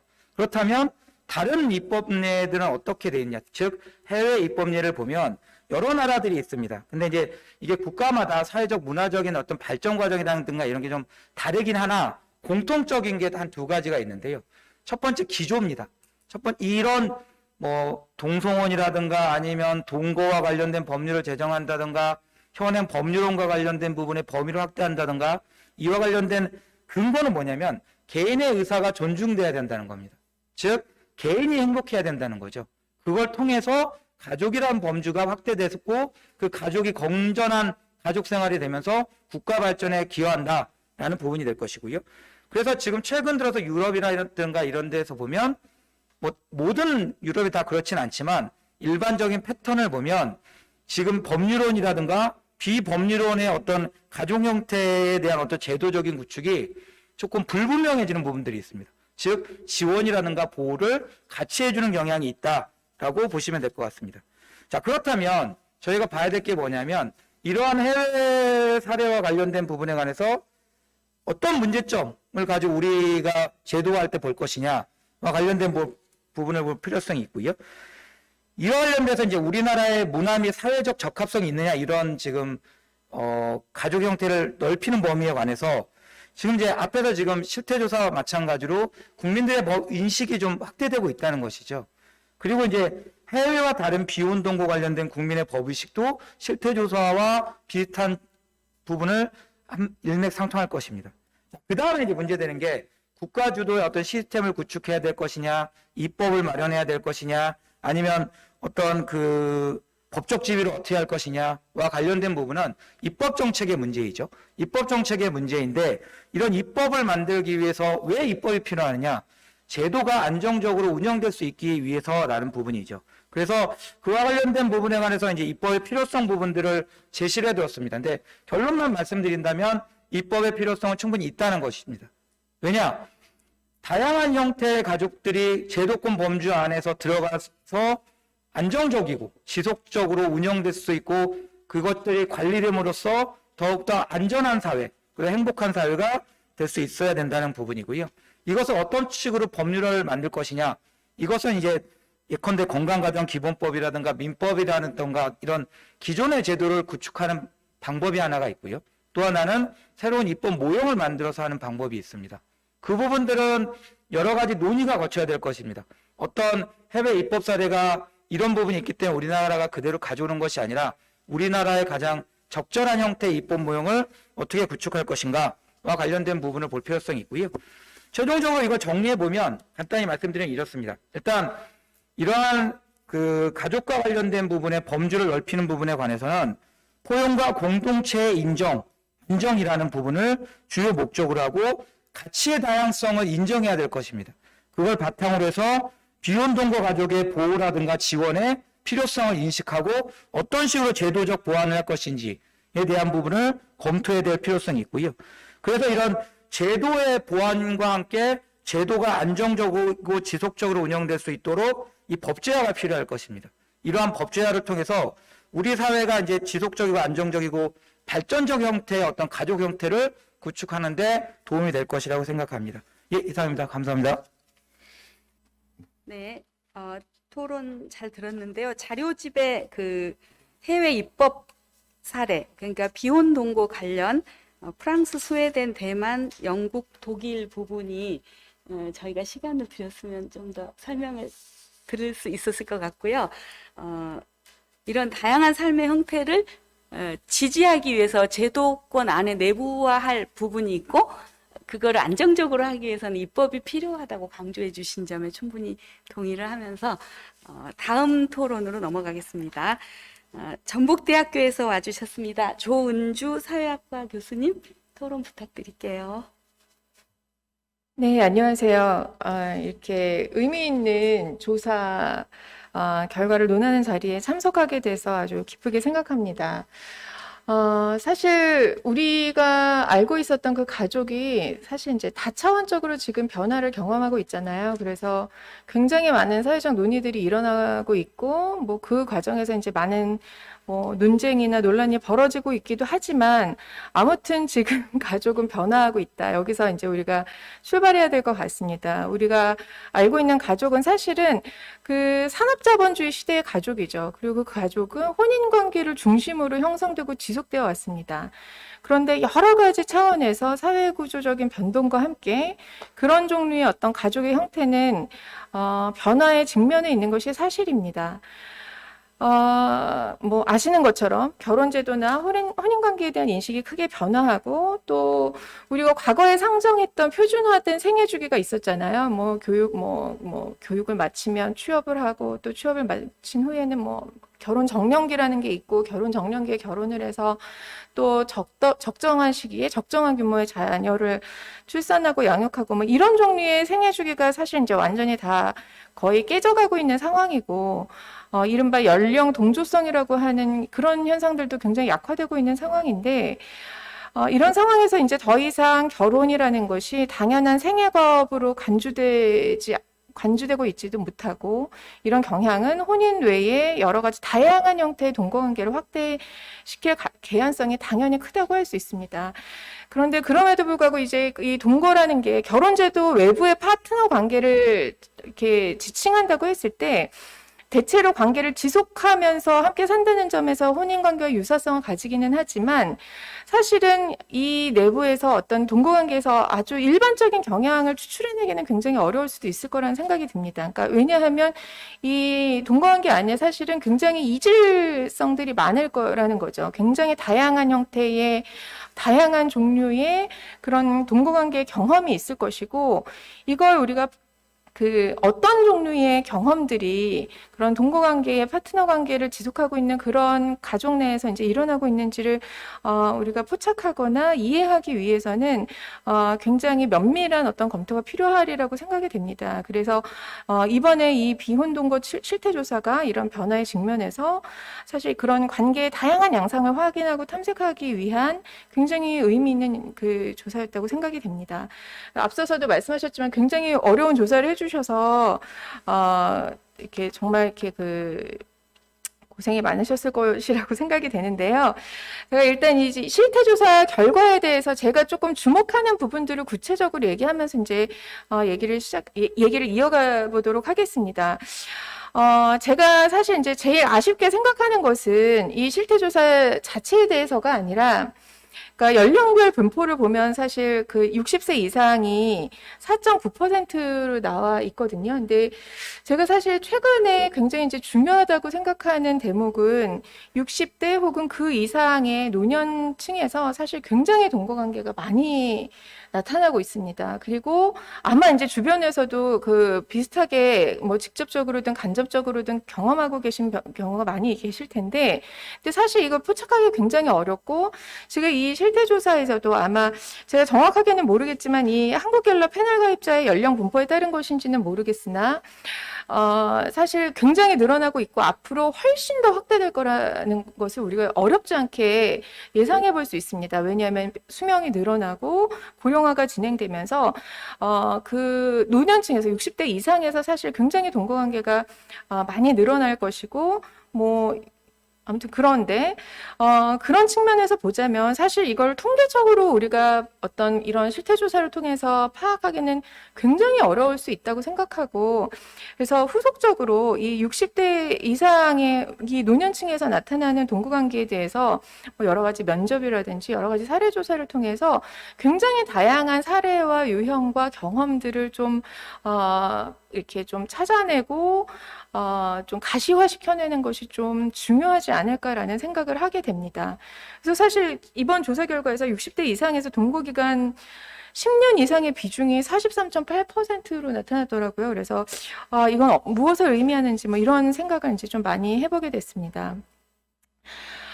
그리고 이어서 이제 좀 그 실태조사와 관련해서 이제 제가 좀 주목했던 부분은 이미 발표에서 너무 김영란 박사님께서 너무 잘 말씀해 주셨지만, 저는 그 연령대에 따른 뭐 20대, 30대, 40대, 50대 이 차이들을 서술해 주신 부분도 이제 중요하다고 보지만, 정말 모든 연령대에서 아무 예외도 없이 별다른 이유 없이 자연스럽게 동거관계에 진입했다고 응답한 비중이 가장 높았다는 점을 당연히 주목해야 된다고 생각합니다.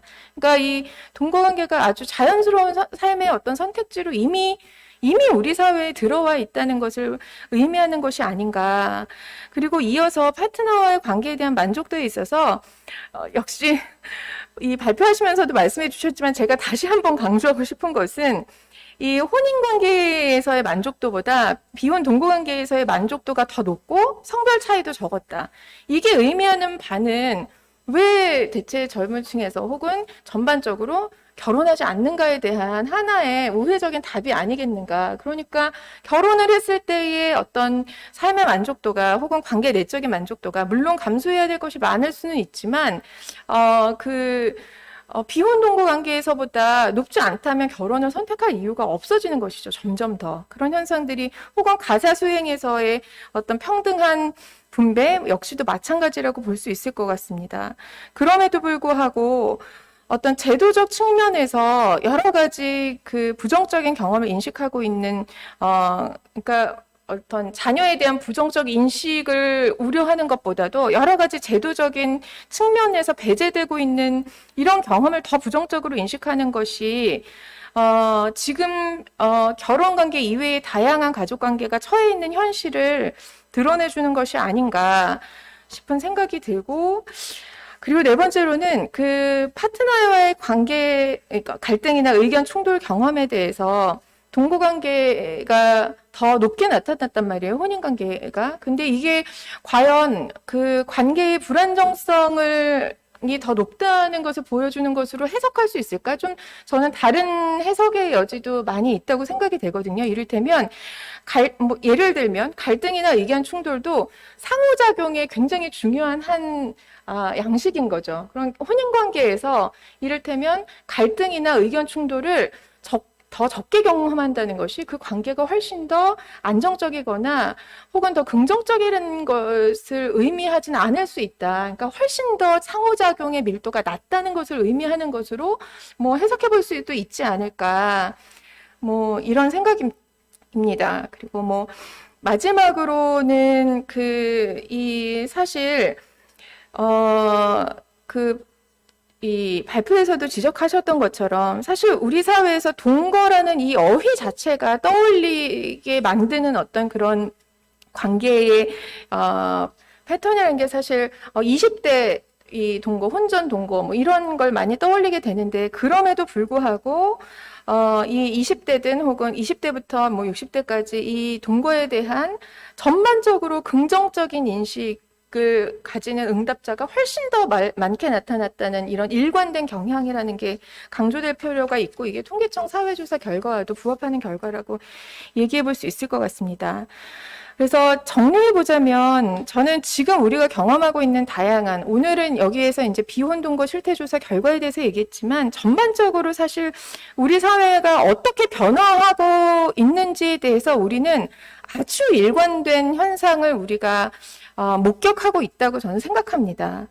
그래서 제가 어떤 뭐 구체적인 정책, 뭐 제도적 과제 등은 이제 뒤이어서 송효진 박사님께서 해주시겠지만 제가 말씀드리고 싶은 것은 어떤 정책의 큰 방향에 대해서 이제 얘기한다고 할 때 지금 일어나고 있는 변화에 대해서 제가 강조하고 싶은 것은 이것은 가치 판단이나 혹은 가치 평가의 차원 이전에 저희 이거 인지의 차원이라고 생각하거든요. 지금 일어나고 있는 변화를 동의하든 혹은 동의하지 않든 이 변화가 존재하지 않는다고 얘기할 수가 없고 그리고 이런 변화, 이런 가족의 변화는 사실은 굉장히 일관된 방향으로 비가역적으로 다른 사회에서 이미 거쳐왔던 어떤 과정이다라고 볼 수 있겠습니다. 그래서 해외 입법 사례에서도 어떤 공통된 기조를 볼 수 있었다고 박강도 박사님께서 말씀해 주셨는데 개인의 선택을 존중하는 방향으로의 변화였다. 그러면 우리 사회가 다양한 삶의 선택지를 제공하는 것, 그러니까 이 사회의 구성원 모두에게 이 사회의 구성원으로서의 권리를 동일하게 같이 향유할 수 있도록 그것을 제공하는 것이 굉장히 필요할 뿐만 아니라 나아가서 지금 가족이 이렇게 변화하고 있다면 이 변화하는 가족과 혹은 이 변화하는 사회에 맞는 전반적인 어떤 사회의 재설계가 어떤 방향으로 나아가야 하는가에 대한 그러니까 아주 보다 전면적인 그런 논의가 필요한 시점이 아닌가 이렇게 생각이 됩니다. 이상입니다. 네, 감사합니다. 발제자의 해석에 대해서 좀 다른 의견을 또 제시해 주셨는데 그 부분은 이따가 종합 토론 시간에 발제자께서 또 여기에 대해서 한번 반응을 해 주시길 바라고요. 그리고 지금 토론에서 그러니까 아직 모집단이 전혀 파악이 안 되고 있잖아요. 근데 아까 앞선 토론자께서 이걸 제대로 파악할 수 있는 문항을 넣어서 전국 단위 조사를 해서 모집단을 규명하는 것도 중요한데 이번 토론에서 제가 주의 깊게 들은 거는 이 비혼 동거 가족이라고 해야 되나? 이런 삶을 택하시는 분들 안에서 정말 다양성이 있는데 그 내부 다양성을 조사할 수 있는 다양한 질적 연구도 시도가 좀 됐으면 하는 바람으로 들었고요. 예, 감사합니다. 그러면 이제 벌써 저희가 마지막 토론에 왔는데요. 한국여성정책연구원 이번 이 연구도 같이 하신 걸로 아닌가요? 그렇게 하셨어요. 네, 가장 근거리에서 와주셨는데 송효진 연구위원님. 네, 안녕하십니까. 한국여성정책연구원 송효진입니다. 네, 저희가 연구자들로서도 그렇고 정책 연구를 하면서도 너무 기다렸던 그런 조사를 해주셔가지고 굉장히 감사드리고 또 이런 결과 보면서 또 앞으로 여러 가지 정책적 고민, 뭐 제도적 고민을 할 수 있는 어떤 기초 자료를 제공을 해주셔가지고 정말 기쁘고 또 감사하게 생각을 합니다. 네, 조사 결과 말씀해 주시는 거 이제 보니까 정말로 우리 사회의 가족에 대한 변화된 인식이 진짜 이제 있구나.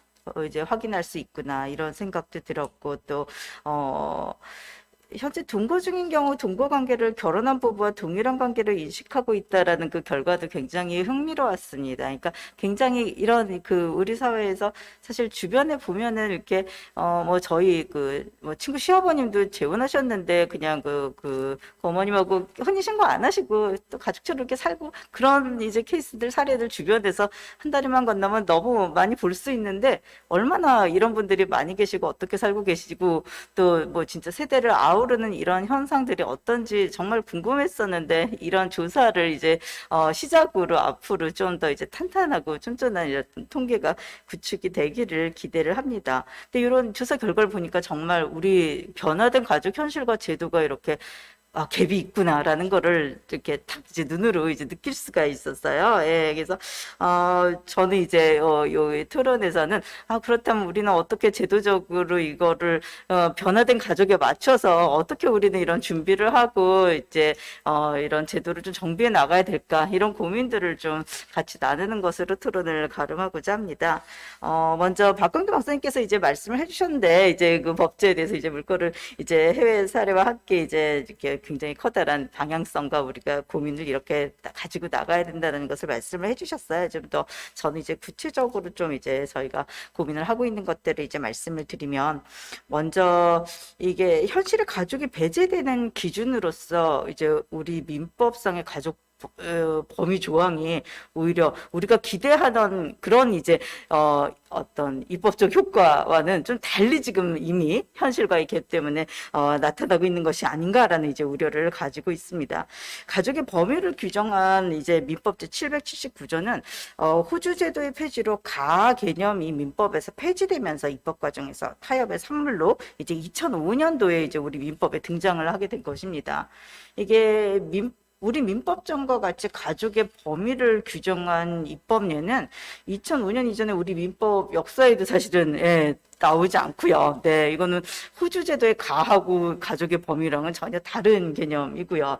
또 우리가 이제 민법을 제정할 때 이미 이제 서구에 이미 이제 근대 민법전을 가지고 발전시켜온 다른 나라의 민법전들을 많이 참조를 하고 개수를 했는데 뭐 프랑스 민법전 이래 어떠한 민법전에서도 이런 식의 가족 범위 규정을 가지고 있는 사례는 발견되지 않습니다. 그러니까 이게 근데 좋은 사례를 우리가 지금 가지고 있느냐 하면은 전혀 지금 그렇지 않게 지금 오히려 발목을 잡는 가족 변화에 우리가 제도가 이렇게 굉장히 포용적이고 유연하게 대응을 해야 되는데 발목을 잡는 그런 역할을 하고 있다라는 이제 우려를 가지고 있습니다. 어쨌든 입법 당시부터 사실 이 이제 민법제 779조가 논란과 비판의 대상이 되어 왔었는데 이제는 변화하는 사회에서 현실의 다양한 가족들을 오히려 배제하는 법률상의 기준으로 작용했다라는 그런 비판을 면하기 어렵고요. 또 이 민법 제779조의 가족 범위의 규정은 뭐 민법 안에서는 별다른 어떤 실질적인 효과를 가지고 있는 법률로서 평가되지는 못합니다. 그런데 문제는 개별 법률에서 다른 제도나 정책의 취지와 뭐 취지에 맞는 대상을 어떻게 이제 규율할 것인가에 대한 세심한 이제 고려가 개별적으로 이루어지지 않은 채 굉장히 어떻게 보면 편의적으로 민법의 가족 개념이 차용되거나 준용되는 사례들이 이제 굉장히 많이 발견되고 있습니다. 그러다 보니까 결과적으로는 이 민법 제 779조가 어떤 다양한 현실의 가족들에 대한 차별과 배제의 기준으로 작용하게 되는 그런 문제를 가지고 있다라고 하겠습니다. 그래서 우리 이제 변화하는 가족 또 꼭 법률혼이 아니더라도 이렇게 가족을 이루어서 살아가고 있는 많은 가족들이 정책과 제도에서 배제되는 어떤 하나의 기준으로 작용을 하고 있는 이제 민법 제 779조는 삭제되는 방향으로 개정을 해야 되지 않는가라고 이제 말씀을 드리고 싶습니다. 그리고 이거는 조금 거시적인 얘기긴 한데 그 민법에서 이제 특히 이제 혼인 관계에 관련된 내용들이 규정하고 있는 게 약혼, 혼인 요 파트를 규정을 하고 있어요. 근데 이제 박홍돈 박사님께서 소개를 해주시기도 하셨지만은 외국 입법례를 살펴보면 이미 그 이제 어떤 넓은 의미의 혼인 관계와 관련된 부분들을 규율한 그런 민사 법제 파트에서 혼인 신고한 법률혼 이외에도 뭐 동거라든지 뭐 생활 동반자 관계라든지 팍스 관계라든지 이런 것들을 민법전에서 인지를 하고 있고 이것을 언급을 이제 규정에 포함을 하고 있단 말이죠. 이미 그래서 외국의 많은 나라들은 그 가족 변화를 반영을 해서 이제 파트너 관계 어떤 부부 관계 이런 모든 것들을 규율하고 있는 민법전에서 이미 법률혼 말고도 다른 이제 형태의 관계와 삶의 방식에 대해서 규정을 하고 있고 알고 있다라는 것이죠. 그래서 우리 민법도 이렇게 이제 가족 변화에 이제 맞추어서 어떤 새로운 가족 형태와 또 그런 어떤 꼭 혼인 신고를 하지 않고서도 이렇게 가족을 이루어 살고 있는 비혼 동거 관계라든지 또 우리가 또 입법적 검토를 통해서 또 이제 팍스와 같은 제도에 대해서 이제 규정을 하게 된다라면 이런 것들을 다 민법에서 포용할 수 있는 그런 방식으로 민법이 이제 앞으로는 좀 이렇게 열린 방향으로 개정이 돼야 된다라는 것을 말씀을 드리고 싶습니다. 그래서 이런 방향이 검토가 돼야 될 시점이 이제 되지 않았나. 우리 민법전이 너무 이제 편협한 어떤 혼인제도 하나만을 규정을 하고 있는 것이 아닌가라는 생각도 하게 됩니다. 그 다음에 이제 가족정책의 기본법이 우리 이제 현행 건강가정기본법이죠. 근데 이제 건강가정기본법에서 역시 이제 가족의 개념도 굉장히 이제 협소하게 정의가 되어 있어요. 그러다 보니까 지금 우리가 이제 열심히 실태조사해서 이렇게 같이 얘기를 하고 있는 비혼 동거 가족은 법적으로는 가족정책의 대상에서 지금 배제되고 있습니다. 이들을 정책적 지원을 할 만한 근거가 건강법에는 없죠. 가족 대상에서 제외되기 때문에. 그래서 가족정책의 근거가 되는 기본법에서 가족 다양성을 포용하고 유연한 가족 지원 정책 연계가 가능하도록 법제 정비가 이루어져야 하겠다라는 것을 말씀을 드리고 싶습니다. 현재 건강가정기본법 개정 법률안들이 아까 박광돈 박사님께서도 말씀을 주셨지만 국회 계류 중이에요. 이렇게 굉장히 이렇게 사실은 민법보다 더 시급한 것 같아요. 당장 정책의 대상에서 벗어나고 있다라는 것은 우리가 정말 지원하고 또 이렇게 정책적으로 대상으로 보아야 하는 가족들이 완전히 이제 지원이나 제도의 사각지대에 놓여 있다라는 것을 의미하기 때문에 빨리 조속한 개정이 필요하다라고 말씀을 드리고 싶습니다. 그 다음에 이제 굉장히 또 중요한 파트죠. 비혼 동거 가정의 권리 보장을 위한 법제가 마련이 돼야 되겠다라는 이제 말씀을 드리고 싶습니다. 해외 사례에서도 이제 나타나는 바와 같이 가족 변화에 발맞춰서 법률은 이외에 다른 이제 방식으로 관계를 이제 맺고 또 이제 삶을 함께 하고 가족을 이루어 살아가는 사람들을 위한 제도들이 이제 만들어서 운영되고 있는 사례들을 볼 수가 있습니다. 뭐 예컨대 프랑스의 팍스 제도라든지 뭐 생활 동반자법이나 또 밖에 또 서구 유럽의 이제 국가들 중에 뭐 동거와 관련된 규정들을 이제 민법전에 규정을 한다든지 이런 방식으로 이제 규정들을 하고 있는데 이것은 사실 비혼 동거 가정의 권리 보장을 위한 제도를 이렇게 우리가 이제 마련을 해야 된다라고 얘기를 한다라는 것은 법률은만이 아닌 다른 방식으로 가족을 구성할 선택권도 제도적으로 보장을 하여야 한다라는 것을 의미합니다. 그래서 법률은 이외의 비혼 동거 관계의 가족 구성의 선택을 제도에서 보장하고 존중한다라는 것은 다음과 같은 전제를 토대로 논의가 전개되어야 할 것입니다. 가족 구성권 보장을 위한 제도화는 신고 등록을 통해 원하는 사람이 선택적으로 제도를 이용할 수 있도록 하고 또 제도화를 통해 일정 유형의 관계가 법에 의해 본인의 의사와 무관하게 제도화로 편입되지는 않도록 또 제도 밖에 굳이 또 있고 싶은 분들은 또 있을 자유도 함께 이제 있다라는 것이죠. 그래서 그런 그런 방식으로 우리가 좀 앞으로 제도 설계를 할 때 그런 것들을 좀 염두에 둬야 되지 않을까 이런 생각을 가지고 있고요. 그 다음에 이제 그런 것들의 연상성산에서 우리가 제도적으로 보호와 정책적 지원을 받을 수 있는 기회를 보장을 해주면서도 사적 관계에 대한 국가의 과도한 개입은 또 지향하는 어떤 밸런스를 맞추어가는 방식의 태도를 가지고 어떤 앞으로 이제 입법적인 논의에 있어서 그렇게 접근을 해야 되지 않을까 이런 생각을 가지고 있습니다. 그 다음에 또 법률은 이외의 관계는 굉장히 결이 다양합니다. 배토론자님들께서 많이 말씀을 주셨는데요. 예, 이제 우리 판례 및 일부 개벌법에서는 사실혼 관계까지는 보호를 하고 있고 이제 그런 규정들 또 판결들이 이제 판례의 법률로서 이제 쭉 이제 발전을 해오고 있습니다. 하지만 적어도 이제 판례에서 인정하는 사실혼 관계는 굉장히 엄격하죠. 혼인신고 의사만 없을 뿐 이제 혼인의 의사와 실체를 혼인신고만 이제 되어 있지 않을 뿐 이제 혼인의 의사와 실체를 가지고 있는 상대적으로 강한 결합 관계를 이제 의미합니다. 하지만 이제 각국의 입법례에서는 그거보다는 더 넓은 정말 우리가 생각하는 비혼 동거까지 이제 제도적으로 포용하는 그런 태도를 보이고 있고 우리가 이제 비혼 동거 가족의 권리 보장을 위한 법제를 마련한다라고 할 때 이거보다 한층 더 넓은 우리 논의를 함께 포용할 수 있는 그런 제도를 이제 설계를 해야 될 것으로 생각을 합니다. 그 다음에 이제 1인 가구의 증가, 혼인율의 감소, 비혼 동거에 대한 수용적 태도가 증가하기 때문에 이제 우리 사회의 가족 변화에 따라서 이제 어떤 법률론 제도밖에 친밀한 동반자 관계의 가족 구성 권리를 제도적으로 보장을 하기 위해서는 그 안에 이제 여러 가지 관계 등록이라든지 성립과 권리 의무 이런 것들을 담아야 되겠죠. 그런 것들을 위해서는 뭐 여러 가지 입법적인 뭐 이제 어떤 그 설계가 가능하겠지만 뭐 외국의 경우에는 민법전 안에 그런 파트 한 챕터를 넣어서 이렇게 규정을 한 사례도 있고 별도의 법을 제정한 사례도 있습니다. 그래서 그런 것들이 어쨌든 그 형식은 어떻든 간에 사실은 이게 뭔가 정책적 지원이라든지 관계 등록이라든지 이런 것들을 좀 더 이제 이렇게 활용도 높게 이제 좀 접근을 하려면 별도의 법도 제안을 하는 것도 좋은 방향이라고 생각이 듭니다. 그래서 어떤 방식이 됐든 그래서 반드시 이제 어떤 권리 보장을 위한 근거는 우리가 이제 정말 본격적으로 논의할 때가 되었다라고 말씀을 드리고 싶고요.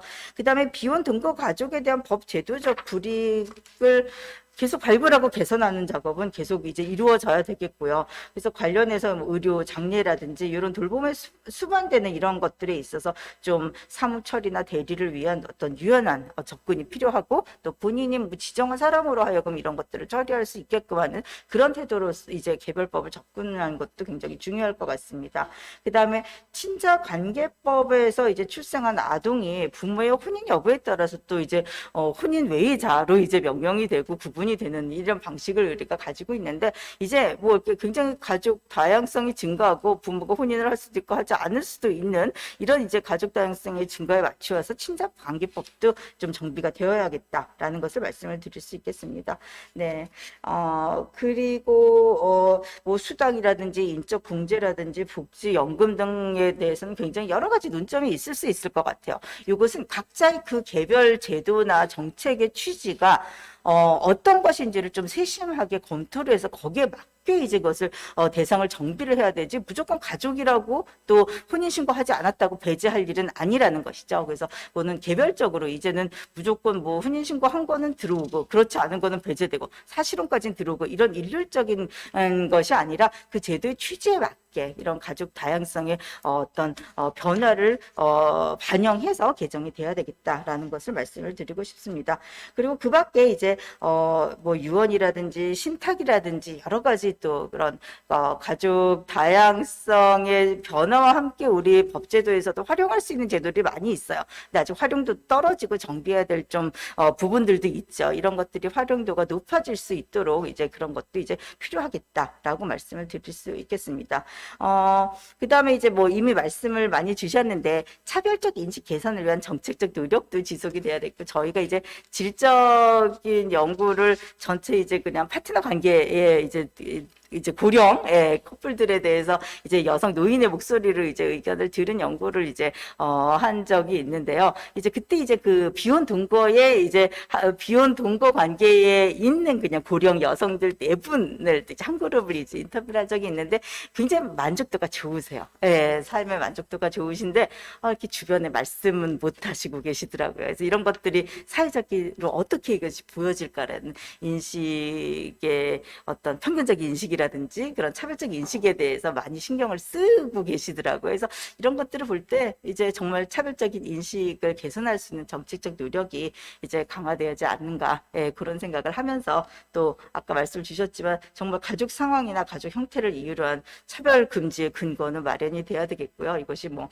포괄적 차별 금지법이든 평등법이든 뭐 그 법 제목이 어떻든 간에 그 근거는 꼭 마련이 돼야 되겠다라는 것을 말씀을 드리고 싶습니다. 이상 마치겠습니다.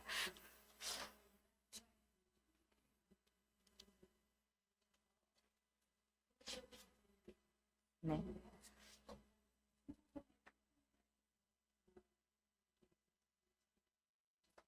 가족 범위를 제한한 민법 779조는 재빨리 삭제돼야 될 것이고, 그리고 가족 정책을 실제로 실현하기 위한 뒷받침이 되는 건강가정기본법이 가족 정책 기본법으로 빨리 개정될 것도 촉구하시는 내용이 있었고요. 그리고 이제 비혼 동거 가족의 권리 보장을 위한 법제 마련 제시하시면서 거기에 필요한 3가지 전제 자료집도 저희가 같이 제공이 되죠. 이 포럼에서 주의 깊게 좀 읽어보실 수 있는 부분인 것 같습니다. 제도적 권리 보장을 위해서 그러니까 여러 가지 그 필요한 것들 얘기해 주셨는데 새로 만들 수도 있고 또 기존에 있던 거를 개선할 수도 있고 이런 논의를 지금 두 분의 그러니까 그 입법 관련된 분야에서 오신 토론자들께서 같이 얘기해 주셨는데 그 요번에 실시된 최초의 그 조사로부터 이런 필요한 논의들이 이제 가속적으로 촉발이 될 거라고 믿고요. 오늘 그런 장이 마련됐다라는 생각이 듭니다. 그러면 이제 제한된 시간인데 한 7분 정도 남아 있는데요. 발제작게 다시 기회를 드려서 토론 전반에 대한 반응을 좀 해주시면 좋겠습니다. 네. 사실 오늘 포럼의 핵심은 5분 토론자의 토론 내용이 가장 핵심이 아닐까. 저는 그냥, 그 조사를 해서 조사에 대한 내용을 그냥 발표한 것뿐이라는 생각이 들었고, 굉장히 많은 토론 내용이 훨씬 더 굉장히 정책적으로 여러 가지 측면에서 굉장히 도움이 되는 내용들이 많아서 너무 감사하고요. 사실은 이 조사는, 아시다시피 제가 처음 한 건 아니고 비혼동거 가족 실태 조사는 변순원 박사님 먼저 하셨고 그 위에서 제가 이제 했는데 실질적으로 조사라는 거를 사실은 케이스를 찾아낼 수 있을까라는 걱정에서 만들어졌기 때문에 사실상 많은 거를 변순원 박사님이 해놓으셨던 걸 많이 참고하고 거기에 도움을 다해서 진행을 했습니다만은 아직도 제가 보기에는 돌이켜 생각해 보면 조사에 대해서 아쉬운 부분이 상당히 많아요. 너무너무 많고요.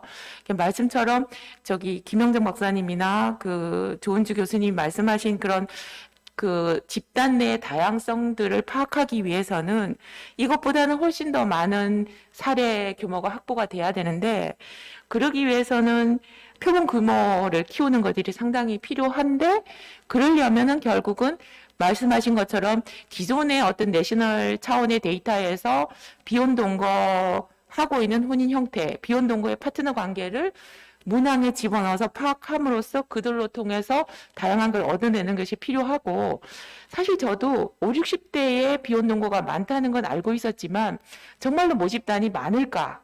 그거는 사실은 환불 표집이라든지 이런 부분에 있어서 그들 인구 대비 많은 건지는 파악할 필요가 있다는 생각은 들어서 이 통과가 이번이 처음이지만 그 충분한 수의 통계 그 사례수를 확보하기 위한 그런 설계와 이후에 조사가 필요하고, 또 한 가지는 문항 설계에서도 조금 더 면밀한 분석이 이루어질 수 있도록 이번 조사를 토대로 해서 조금 부족했던 점들을 보완해서 조사 문항도 좀 더 정교하고 면밀하게 설계돼야 되겠다. 이런 측면이 있고요. 예를 들면 사실 갈등 경험이라는 것을 지금 현재 문항으로는 경험이 더 많기 때문에 전국 가족조사 응답자와 비해서 높다라고 말씀을 드리지만, 그 갈등 경험의 세부적인 내용들을 파악해보면 사실 아예 쇼윈도 부분은 갈등이 없거든요. 그러니까 그런 측면에서 그거를 입증할 만한 추가적인 심층 분석이 가능한 문항들이 없어서 저도 감히 말씀을 못 드린 측면이 있었습니다. 그래서 앞으로 조사와 관련해서는 이왕 여성가족부에서 이렇게 시작하신 만큼 향후에 가족실태 조사라든지 아니면 등등 해서 계속 이루어지면서 가야 된다. 근데 이거는 가족 다양성 포용 정책을 추진하시는 여성가족부에서 반드시 조사를 해야 되는 거다라는 생각이 들고, 한 가지 저는 굉장히 아쉬운 부분이 실제로 저희가 결혼이라는 거에 형식 논리는 법률론이지만 실질적으로 일반 국민들은 이미 실질적인 결혼 생활, 실질적인 파트너 관계에 대해서 더 집중하고 있는데, 왜 지금 현재 건가법 개정이라든지 민법에 대한 부분들이라든지 이런 실제 일반 국민들의 파트너 관계와 괴리되는 법률에 대해서 입법을 변화해야 되는 입장에 대한 반대하시는 분들은 왜 일반 국민들의 이러한 생활을 읽지 못하실까 하는 측면에서 굉장히 아쉬움이 있고요. 그런 측면에서 이 조사에 대해서 혹시 또 왜곡해서 보실까 봐 걱정이 되거든요. 저는 이미 일반 국민들의 가족 생활은 가족 범위의 확대, 가족 다양성 포용, 개인이 선택한 가족 생활에 대한 존중, 이런 것들을 원하고 있는데, 제도화, 입법화 과정에서 일부 분들은 굉장히 많은 반대를 하고 계셔서 그 부분이 저는 굉장히 저로서는 이해가 안 되는 상황이어서 앞으로 같이 많이 실태조사도 하고 제도화를 위한, 입법화를 위한 노력도 이루어져야 되겠다, 이런 생각을 해봤습니다.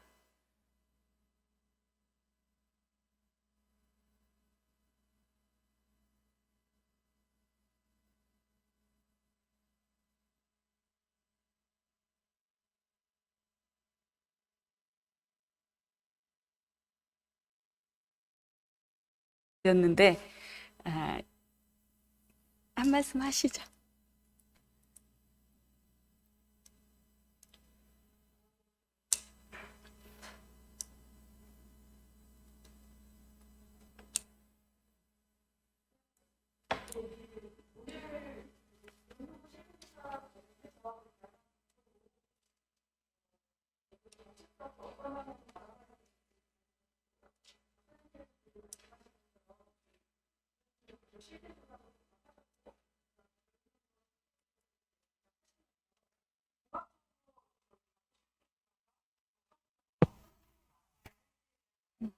주신 것 같아요.